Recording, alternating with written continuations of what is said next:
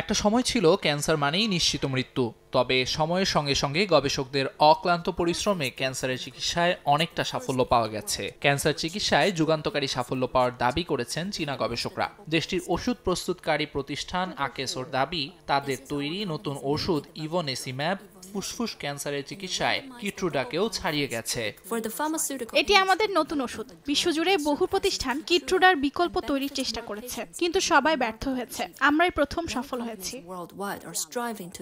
বিশ্ব ফুসফুস ক্যান্সার সম্মেলনের তথ্য অনুযায়ী রোগীরা ইভোনেসিম্যাব সেবনের পর গড়ে 11 মাসেরও বেশি সময় সুস্থ থাকতে পারছেন, যেখানে কিট্রুডার ক্ষেত্রে এই সময় ছিল মাত্র 5 মাসের কিছু বেশি। মার্কিন কোম্পানির তৈরি কিট্রুডা এখন পর্যন্ত 13,000 কোটি মার্কিন ডলার রাজস্ব অর্জন করেছে। এটা ক্যান্সার চিকিৎসায় যুগান্তকারী আবিষ্কার। যদি ইভোনেসিম্যাব বাস্তবে কিট্রুডার চেয়ে কার্যকর হয়, তবে বিশ্ববাজারে বড় পরিবর্তন আসবে।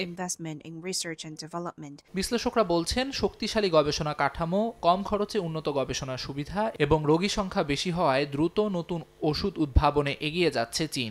গবেষণা ও উন্নয়নের ক্ষেত্রে যুক্তরাষ্ট্রের ঠিক পরেই রয়েছে চীন, তবে এই ব্যবধান দ্রুত কমছে বলে ধারণা বিশেষজ্ঞদের। আমিরুল ইসলাম আলিফ, সময় সংবাদ।